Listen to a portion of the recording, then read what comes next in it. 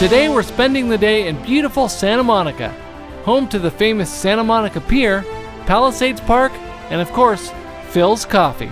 That's where I first met composer Anne-Kathrin Dern a year and a half ago, and since then, I've had the pleasure of joining her composing team on 3 films. We've got a lot to talk about, so grab some coffee and join us for this episode of Composers Out of the Studio.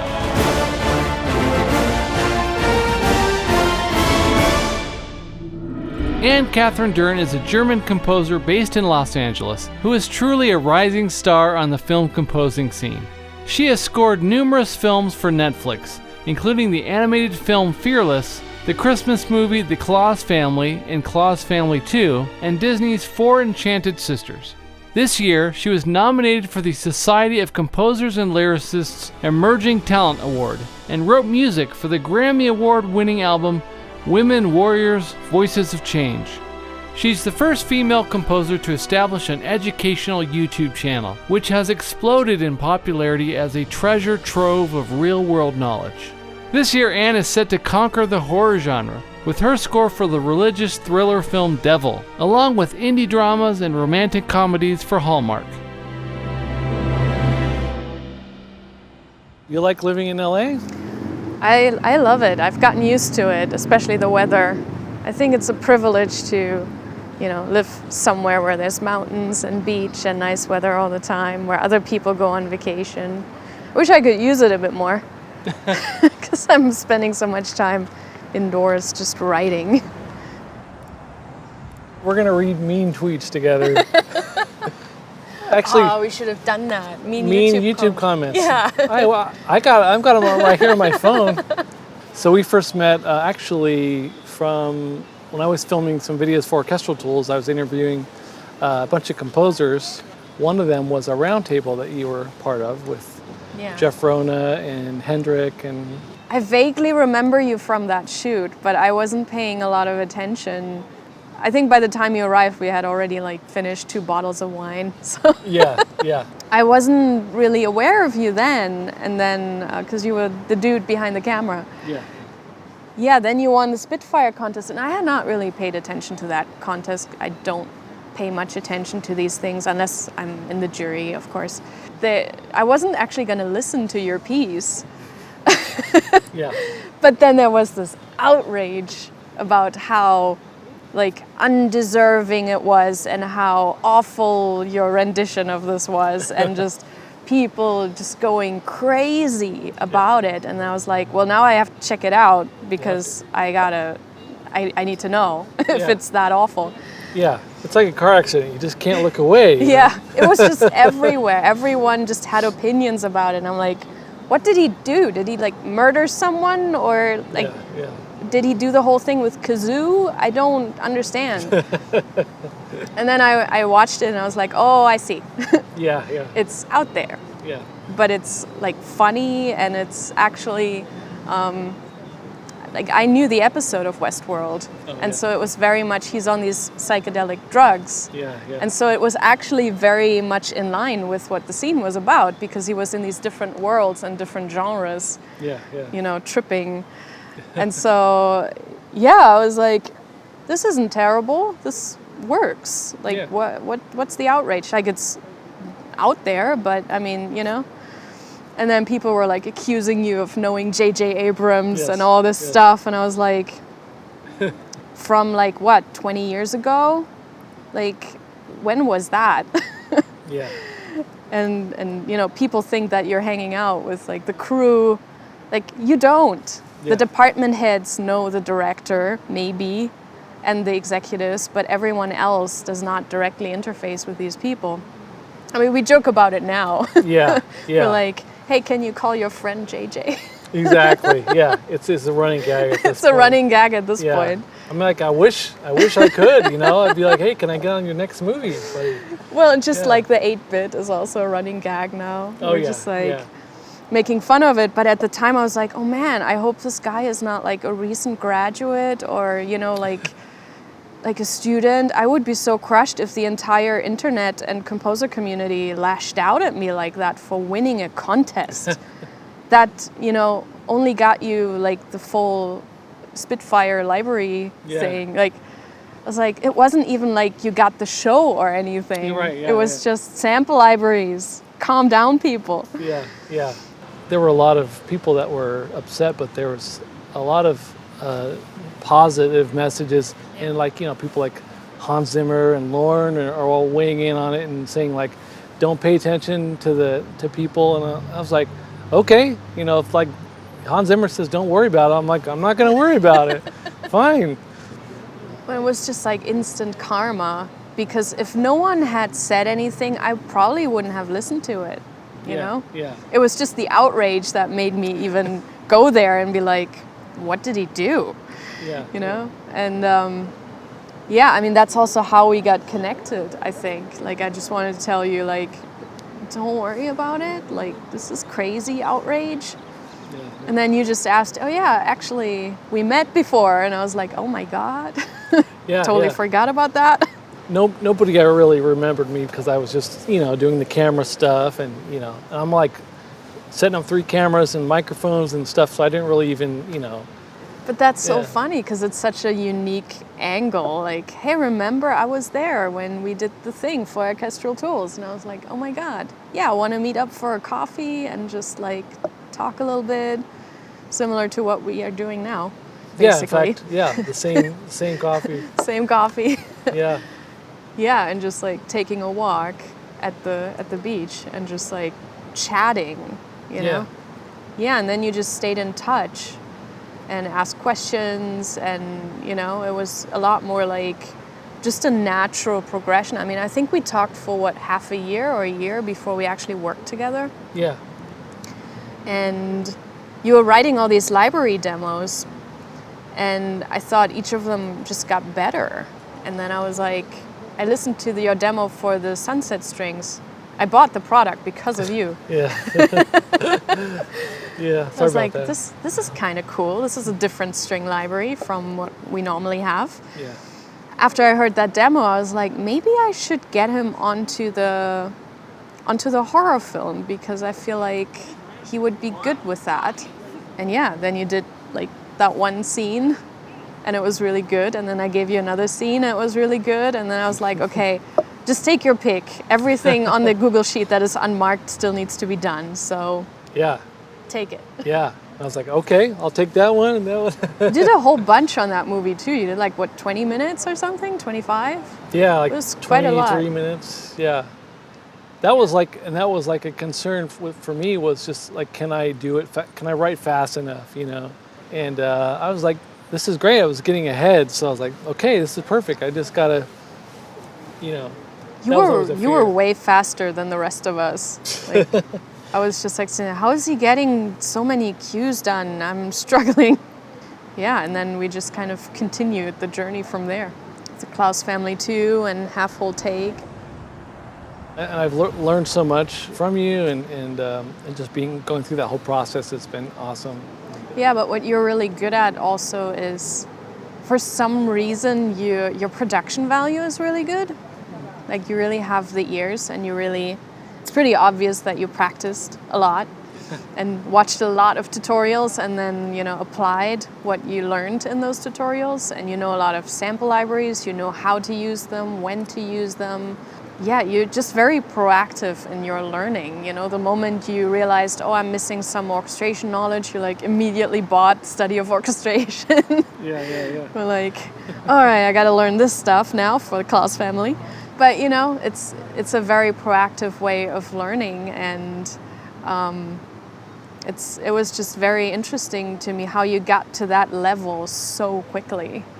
Because you already had the storytelling, because through your video work and your editing work, you already know storytelling. So that was very interesting to me, to see someone who already brings in that skill and then so rapidly learns how to do this job and how to effectively do it, and how to, like, you didn't even make a lot of mistakes either. Like, usually when I get a new team member, it's like, you know, I buffer in a lot of time for, oh, this is not how you do that. Oh, actually, you have to embed the time code. Actually, you have to do it like this. But there wasn't a lot of that with you because you're already used to attention to detail in your video work, because you know when dealing with so many files and so many versions and everything, if you don't, stick to a workflow, it gets so messy so quickly. So yeah, that attention to detail thing is just, it comes from the video side too, because I've delivered, commercials to TV stations that have to be aired, and it's like there's no room for any errors for that stuff. So I'm like always double checking all my files, and when I'm printing stems, I'm like going through each one and just making sure I don't have a drum in a string, stem and stuff like that. Just basic stuff, but there's so many little things that can go wrong that I'm like, just the fact that if you can make it through the stem printing process, you're pretty good. I mean, it's not so much even about not making mistakes, it's about catching your mistakes. Yeah. It's about double checking your work. Because sometimes I catch mistakes in my cues as well when I build the Pro Tools sessions, but the important thing is I catch them before I send out the Pro Tools session. Yeah. So I just close it, go back into Cubase and fix whatever I messed up. And it's about making a good impression too, I think, because I very frequently get compliments from the dub stage, for example. Like, they always love getting deliveries from me because they know everything's color coded, everything is lined up, all the stems have been triple checked, so they don't have to worry about it. And they know, my clip list is clean, my I/O settings are clean, and I've put markers where the cues are. They know that whatever they're getting from me is going to be 100% clean, everything's going to be labeled, everything's going to be, as it should be, so they only have to import stuff and that's it. It's kind of one of the things that will eventually get you rehired over and over, because if you're not causing extra work to people, especially people who are already on a tight deadline and who are already working there 12 to 16 hours, then obviously they're going to talk to the producers or executives and just go, by the way, this composer, their delivery was super clean and we loved it. Or the sound mixer of Devil, I spent one day at the final sound mix to check the score, and he kept raving about the soundtrack.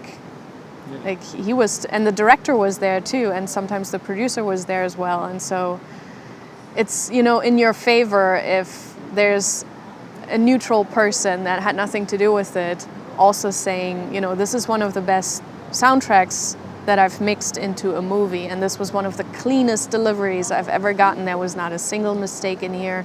They register that as well. And so if everyone in the process is happy with you, then, your chances of getting rehired are just so much higher. So have you seen this thing before? No. What is it? I can hear it here. Yeah. That's so weird. Look, I am your father. Oh my God. That's so weird. It's like my hearing just got lost. But like, I'm talking to here, but I'm hearing myself there. It's so weird. Hello.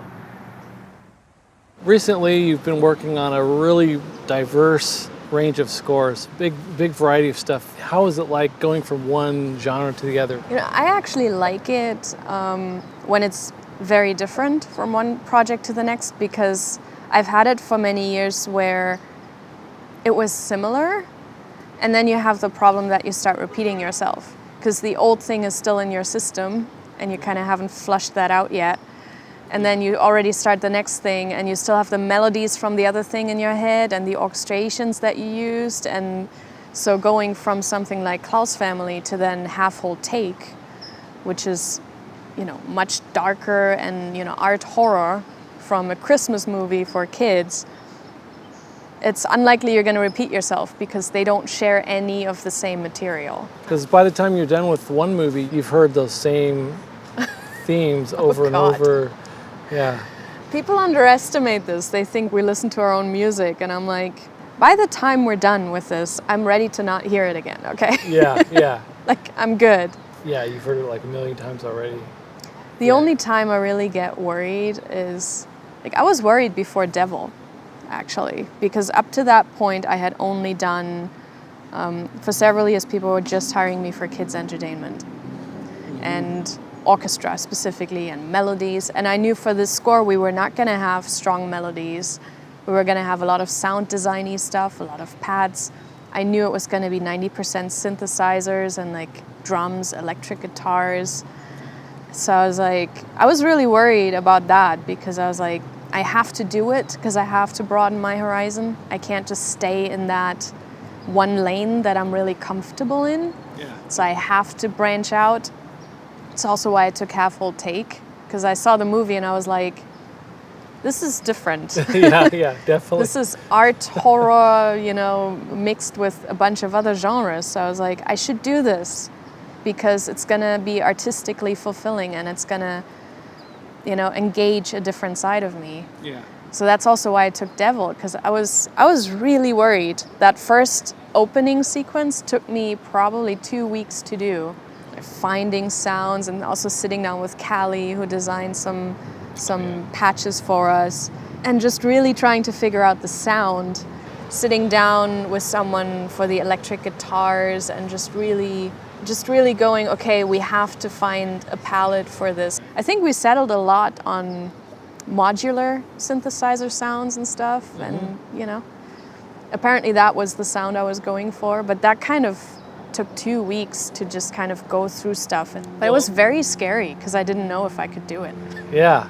Well, I guess those are the times when you have that feeling. It's usually a good thing because, I think I know it's like my favorite score of yours that you've done. So Aww. I can't wait for people to hear it because I think what you did is just the blending of the choirs and the synths and the like classical string stuff all together is like, and also the melodies in there are just awesome. So excited for people to hear it because I think they're going to be like, wow, this is a side of you that they haven't heard. They haven't, and yeah, I'm really excited for it too. They're going to be really shocked, like first cue, and it's just going to be synthesizers and just. You're right. My classical roots are funny enough in there. Yeah. Oh yeah. Together with the synthesizers. But yeah, it's such a unique blend of things. Yeah. I listened to it when I cut together the soundtrack album, and I was like, this is really entertaining in a strange way because it's blending different genres together. Yeah. We also have pipe organ in there and all the religious stuff, but then also the super modern sound. So there's like a couple moments in Devil where I don't want to give away the movie, but there's a couple moments where it's like it's appropriate to like stop the music altogether and just let this line play out, and it was like made it hilarious just by doing that. I feel like spotting the scene is like so critical. Especially a movie like that is half a thriller as well, but should also be scary and but then it has these moments of almost like physical comedy. Yeah. And you're right, every time we did something crazy, the director also loved it. Yeah, right.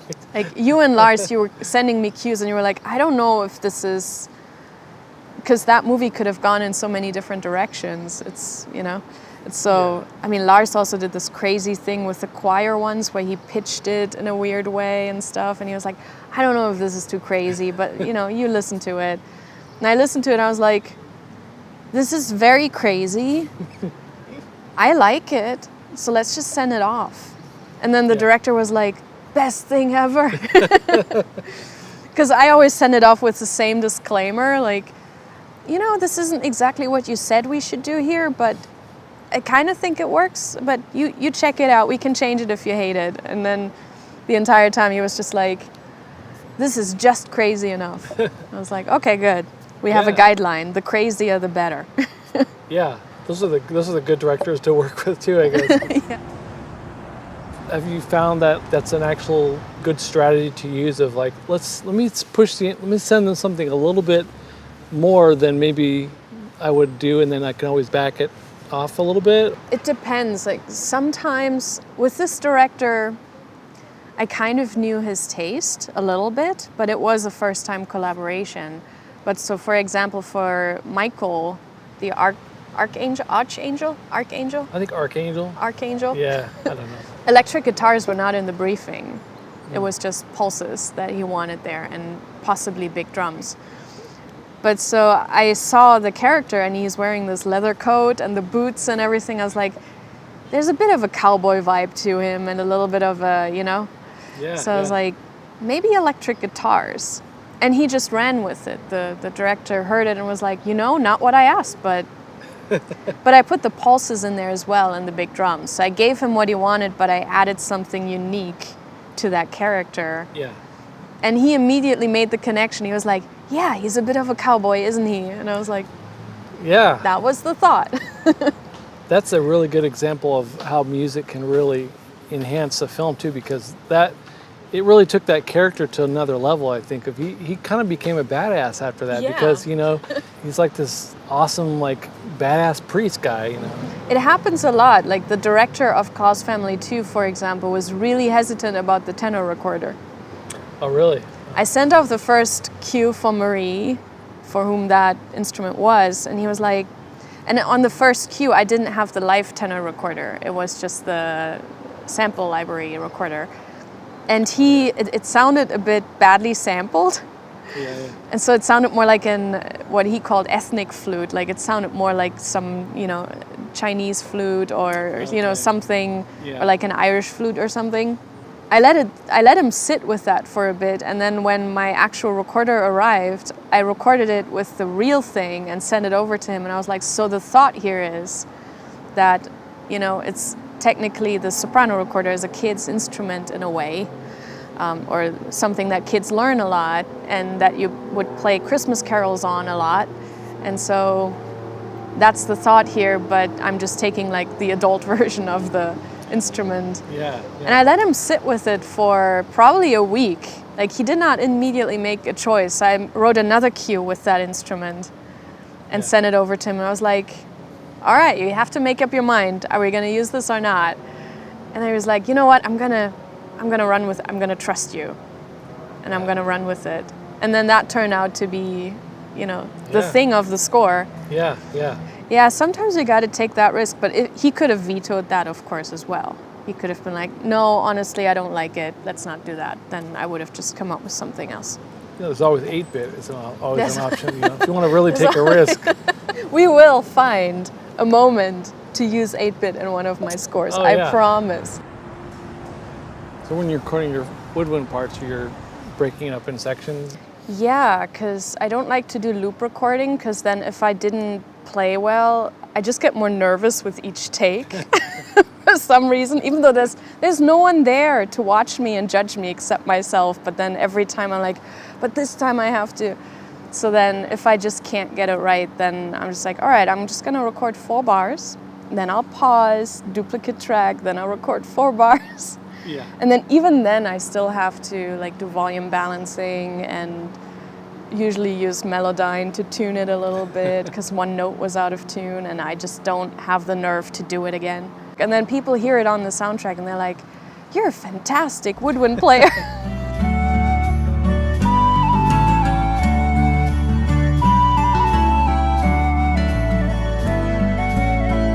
I'm like, oh, it ran through 6 different plugins and 2 different reverbs, but thank you. There were even times where it was hilarious. The melody went beyond the range of the flute. Yeah. And so I would just repeat the lowest note several times and then go into Melodyne and just pitch it where I need to. If anyone tries to actually play that line on an Irish flute, they're going to be like, where did the C come from? There's some 10-year-old out there who's like trying to play your like, what's going on? You also have been doing some singing on some of your recent scores too. I know, it's the drama and the indie drama and rom-com stuff.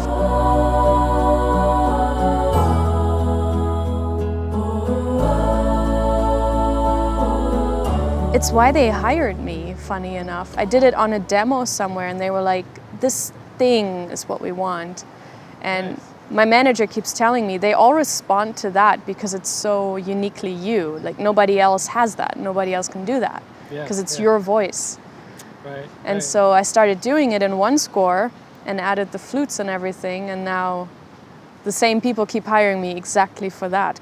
very different approach and very refreshing. I mean, for several years, I only got to write orchestra, and it's fulfilling, but at some point it gets very head heavy and not very heart heavy. In the writing. Because the nice thing with these indie dramas and rom-coms is very often that they don't have a ton of hit points. Like when we did the Klaus Family too, especially in the comedic scenes, there were so many things you had to hit, and then it switches to another character and it had to have a different energy, and the same happens in animations. But with the indie dramas and with the rom-coms, it's a lot more big picture, kind of like the horror movies we've done as well, where it's like it's a 5-minute scene, but it doesn't change the energy too much. It's more like a gradual development throughout the scene. Right. All right, we have this pad, and now we're just gonna move the mod wheel a little bit, and then we have a solo violin, and we're gonna do that for a bit, you know? It's like when you hear people talk about, oh, I write 6 minutes of music a day. You're like, okay, well... What kind? Yeah, exactly. What is it? It's not the animation kind of stuff, yeah. I think John Powell and several other composers have said this too, John Williams as well. The kind of music that they write, it takes time, especially if you're doing mock-ups as well. You know, they're like, yeah, if I'm doing 2 minutes a day, I'm having a really good day. I'm like, yeah, that checks out. If you've enjoyed my chat with Anne-Kathrin so far, the good news is we've still got a lot to talk about. So join us for part 2, where we'll talk about ghostwriting, why she started her YouTube channel, and whether composers can ever truly be happy. You know, a lot of very successful composers, they're never satisfied. You're never there. There's no destination. What if I get everything I ever wanted? Then what, you know? Yeah. Then you're like sitting there alone in your house. And you're like, okay, and what now? You don't want to miss part 2 of my interview with Anne-Kathrin Dern. So please like and subscribe to be notified as soon as that video goes live.